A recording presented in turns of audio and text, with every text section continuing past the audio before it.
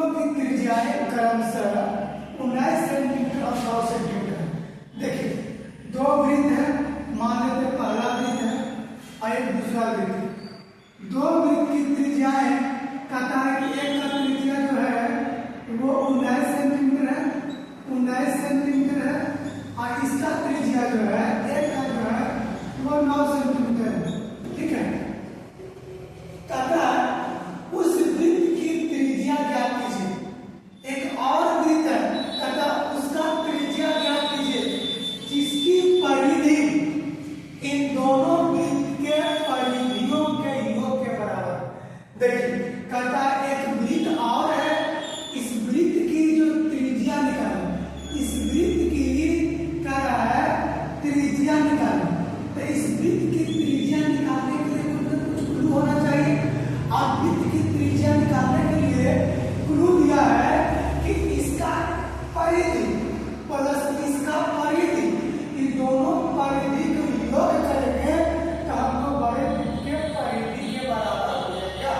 तो देखियो अगर इसका त्रिज्या निकालना है तो इसका त्रिज्या मान लेंगे R1, इसका त्रिज्या मान लेंगे R2 और इसका त्रिज्या मान लेंगे R3। हमको R3 निकालना है, मतलब इसकी त्रिज्या निकालना है। आपको पता है कि देखिए साइड में आपको कहा चुके हैं कि वृत्त की परिधि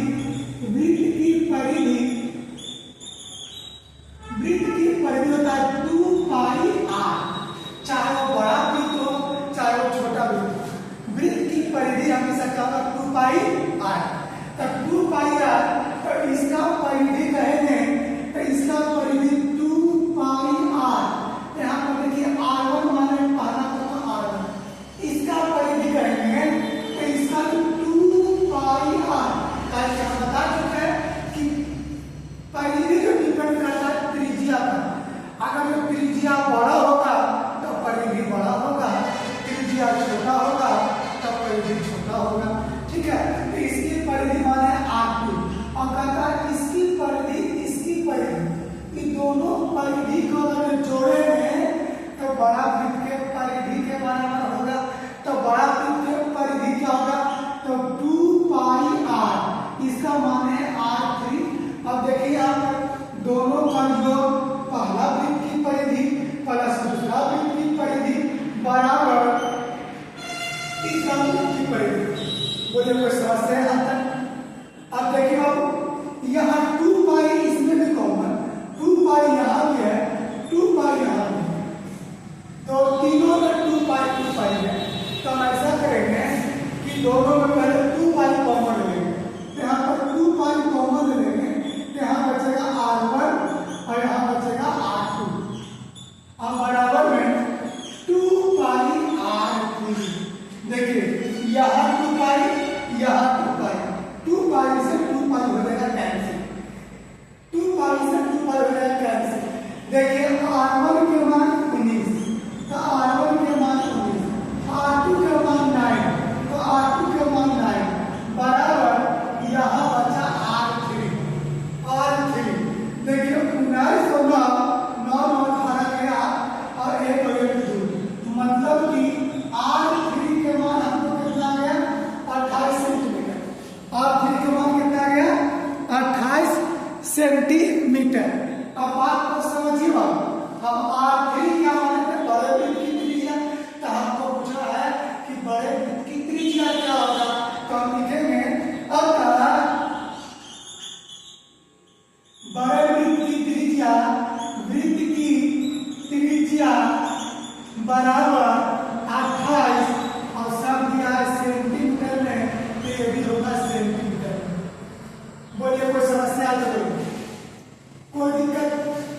बाबू ये ऑब्जेक्टिव में पूछता है,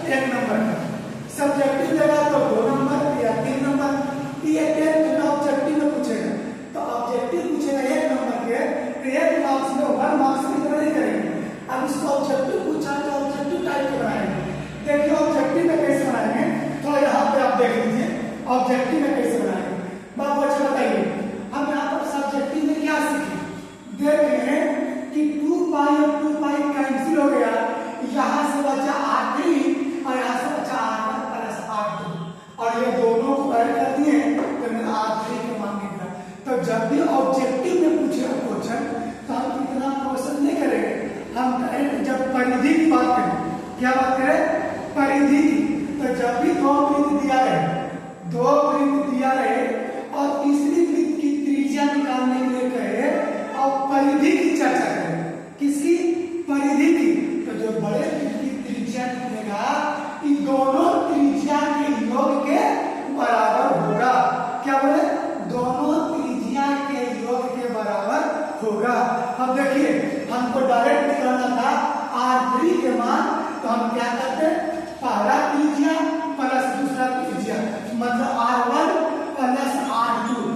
R1 के मान कितना है 19 और प्लस क्या 9, तो R3 बराबर हो जाता है, R3 बराबर 19 और 9 28 सेंटीमीटर। देखिए आंसर हो जाएगा,